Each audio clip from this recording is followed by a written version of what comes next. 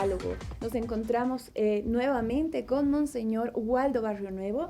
Él es director de Obras Misionales Pontificias en Bolivia y también es obispo responsable de la Comisión de Comunicación de la Conferencia Episcopal Boliviana. Bienvenido, Monseñor.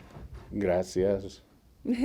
Hoy nos encontramos para hablar de lo que es la Pascua de Resurrección, un tema muy valioso, muy importante para todos los cristianos, pero también para el mundo en general. Monseñor, para que podamos entrar en el tema, ¿qué es la Pascua? La Pascua yo pienso que la tenemos que tomar en cuenta en dos facetas. La primera sería la cuestión histórica. La Pascua de los judíos es la conmemoración del paso del pueblo de Israel que salía de la esclavitud de Egipto e iba a la libertad, y entonces pasó por el Mar Rojo, en medio de las aguas, caminando. Entonces ellos conmemoraban cada año esa fiesta, esa Pascua.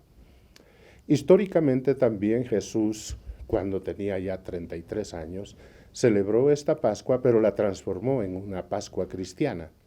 Es decir, se reunieron para celebrar la Pascua, por eso dijo Jesús, vayan y prepárenme la Pascua. Entonces, preparando la Pascua, el Señor conmemoró otra cosa, conmemoró que su presencia será viva y ya no será un cordero eliminado para marcar las puertas con su sangre para que no mueran los primogénitos, sino Él mismo se inmola en la cruz para que saque de nosotros, de nuestro corazón, el pecado inicial que había traído la muerte a la humanidad. Y entonces, de ahí en adelante, nosotros conmemoramos la Pascua en una unidad, la pasión, muerte y resurrección del Señor. La centralidad de nuestra fe, del credo, nos propone eso, que Dios murió y resucitó y subió a los cielos. Así es, Monseñor. Y cuéntenos, Monseñor, ¿cuál es la importancia para nosotros? Bueno, la resurrección del Señor tiene su importancia fuerte en sentido de que pues cambia la naturaleza humana, cambia, o sea, la antropología no es solamente antropología común, sino una antropología cristiana. Es decir, nosotros creemos en un Dios uno y trino, un solo Dios en tres personas, Padre, Hijo y Espíritu Santo. Pues bien, el Hijo, la segunda persona de la Santísima Trinidad, se hizo hombre, nació en Belén, vivió en Nazaret, estuvo durante 30 años en la vida oculta, pero de repente a los 30 años empezó a predicar por 3 años que Dios es nuestro Padre. El mismo Dios, hecho hombre, tomó nuestra condición humana, vivió como nosotros vivimos, desde ser bebé, desde crecer, todo ello. Este Dios nos enseñó que el verdadero Dios es el Padre. El verdadero Dios se hace hombre, es el Hijo. Y el verdadero Dios es el Espíritu Santo que quiere infundir su fuerza en el ser humano. El credo dice que murió, fue sepultado, descendió a los infiernos, subió a los cielos y está sentado a la derecha del Padre. Quiere decir 3 cosas en pasado y una en presente. Está sentado a la derecha del Padre. Cuando resucitó el Señor, se llevó también la humanidad que había adquirido. Entonces el Padre, el Hijo y el Espíritu Santo continúan allá, solo que en el Hijo está también la humanidad. Y quiere decir que nosotros, unidos a Cristo por el bautismo, vivimos en el corazón de Dios. En ese sentido es importante tomar en cuenta que nosotros somos parte de Dios, somos dentro de Dios, no somos más como las demás criaturas. No podemos decir que nosotros estamos en uno de esos estados de la naturaleza. Algunos dicen la naturaleza se divide en reino mineral, reino vegetal y reino animal. Y ponen al ser humano dentro del reino animal que se caracteriza por el ciclo vital, nace, crece, se reproduce y muere. Nosotros desde Cristo somos del reino de Dios, porque Él vino a anunciar el reino de Dios está cerca, conviértanse y crean en el Evangelio. Nosotros unidos a Cristo somos del reino de Dios porque no vivimos más en la naturaleza efímera, temporal, sino que vivimos en la naturaleza divina, es decir, la eternidad. en Cristo.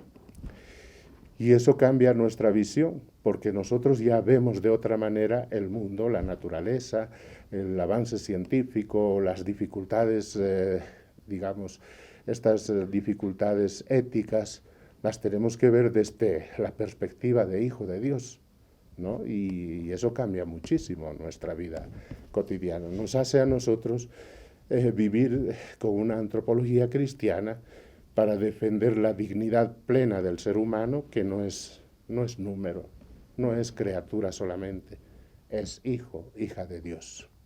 Es lindo saber que estamos en el corazón de Dios. Sin embargo, hemos pasado tiempos difíciles, estamos en medio de una pandemia que todavía no se acaba y que sigue amenazando la vida de muchos. En este sentido, Monseñor, ¿cómo llevamos a la acción esta resurrección y qué les decimos a las personas que están sufriendo?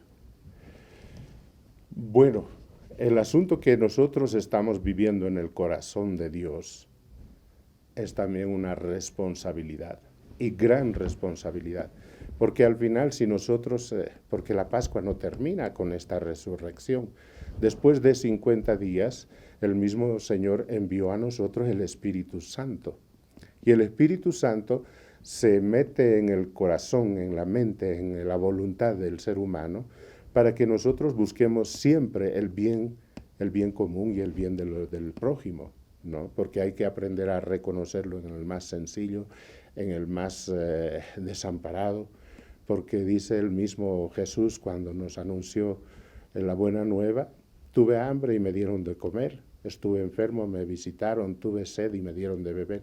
¿Cuándo lo hicimos? Cuando lo hicieron con el más pequeño, conmigo lo hicieron.